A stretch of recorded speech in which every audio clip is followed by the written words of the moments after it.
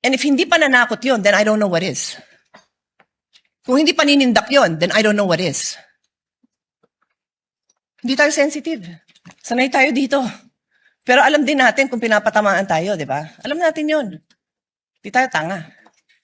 But clearly, from the statements of Director Matibag, malaki daw kaso to.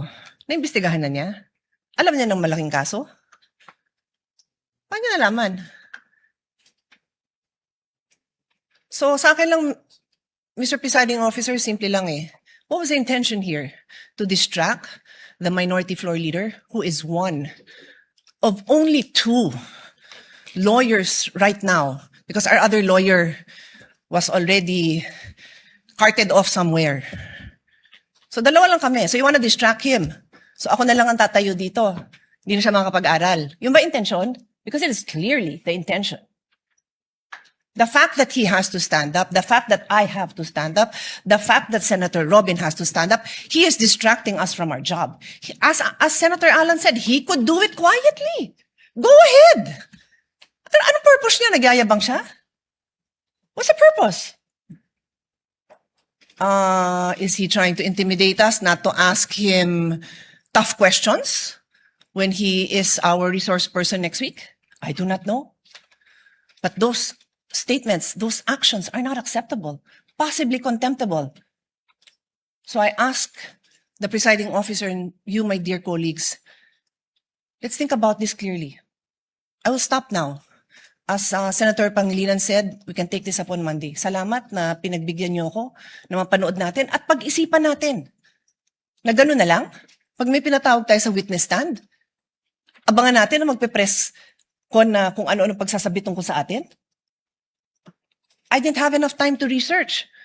But clearly, I know that there's jurisprudence that does not allow a judge to be intimidated.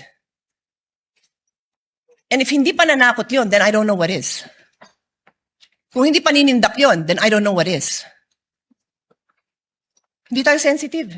Sanay tayo dito. Pero alam din natin kung pinapatamaan tayo, di ba? Alam natin yun. Hindi tayo tanga.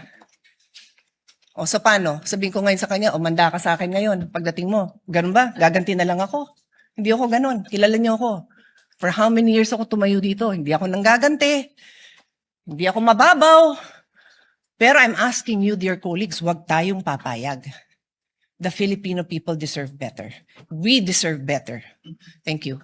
Well, actually, hindi niya siguro nabasa yung sulat na I respectfully requested. Hindi po ako nagdidikta. And I think wala po tayong poder na magdikta. We have high regards to the impeachment court and to the members of the impeachment court, the senator judges, the prosecution, and the defense.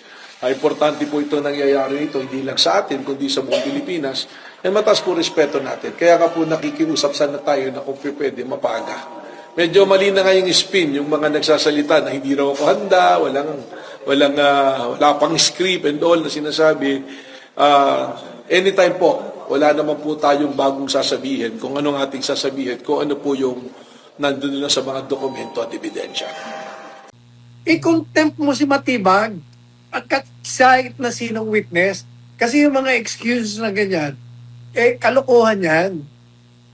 Gaya ng sinabi ng senador, teka muna, ikaw naman may deputy, may assistant, pwede ka naman magpapunta ron.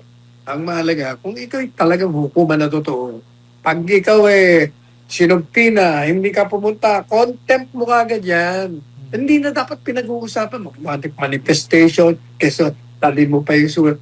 I-file mo na lang, tapos ang usapan, huwag mo istorbe ng direct examination o cross-examination ng proceeding today. Ganun dapat ang mga presiding officer. Ano po masasabi nyo doon sa isyong yan, Attorney Sal, na kung halimbawa ay pinayagan nga ng Senate Impeachment Court yung pagpresenta ni NBI Director Melvin Matibag na maaga siya na maging witness. Ano po ang implication nito, Attorney? O ayan, tingnan mo yan. Yan ang isa pang reason kung bakit nadidelay. Kasi kung ako ang presiding officer, hindi ka makapag-manifest doon tungkol dyan sa witness mo Sasabihin ko sa'yo, just file your motion or whatever manifestation you want. Tuloy mo yung trial. huwag nyo kami istorbin sa problema nyo sa pag-present ng testigo nyo. May rules tayo, sundin nyo. Ganun lang kasimple yun eh. Pag hindi siya dumating, i-contempt siya. Tapos ang usapan, wala. Ang haba ng katakot-takot ng mga discussion ng walang kasaysay. Saysay. Yan ang problema. Eh, pareho hindi marunong eh. Pero mo pa, pag-aaksayan mo ng panahon yun, i-contempt mo si Matibag at kahit na sinong witness. Kasi yung mga excuses na ganyan, kalokohan yan. Gaya ng sinabi ng senador, teka muna, ikaw naman may deputy, may assistant, pwede ka naman magpapunta ron. Ang mahalaga, kung ikaw talagang hukuman na totoo, pag ikaw sinumpi na, hindi ka pumunta, contempt mo kagad yan. Hindi na dapat pinag-uusapan mo. Manifestation, keso tali mo pa yung sulat. I-file mo na lang, tapos ang usapan, huwag mo istorbe ng direct examination o cross-examination ng proceeding today. Ganun dapat ang mga presiding officer. Pero- Pinag-aksayan nila ng panahon ng walang kakwenta-kwentang bagay. May rules na nga eh. Pero sa yung sa isang regular court, Attorney Sal, hindi talaga pwedeng mag-request ang isang witness na maaga siya magpresenta ng kanyang testimonya. Basta, nakalagay sa rules, kung magpipresenta ka, na wala doon sa napag-usapan nyo, bigyan mo ng notice. Kaya, madali sabihin, hindi na dapat pinag-uusapan yan. Merong pre-trial, ilagay mo doon, sino mga testigo mo. Tapos, schedule naman ng court. O, ito, ganito, para sa inyo ito, presenta niyo yan. Pag hindi kayo nagpresenta, wala na yan. Kalimutan nyo na. Ganun dapat katatag ang isang presiding officer. Kung marunong ka talaga, matatapos siya ng madalian nang hindi mo nilalabag ang karapatan. Ang nangyayari, nilalabag niyo yung pasensya ng taong bayan yung mga nanonood. Nabubuisit sa inyo eh. Yan na, Attorney Sal, kasi nga kahit sa social media napapansin mo kung halimbawa yung sa pagpresenta pala ng mga witnesses yung iba nga ayaw na makinig, nakikinig lang sila kapag meron ng parang mainit na pag-uusap or discussion in between sa, for example, yung cross-examination, Attorney Sal.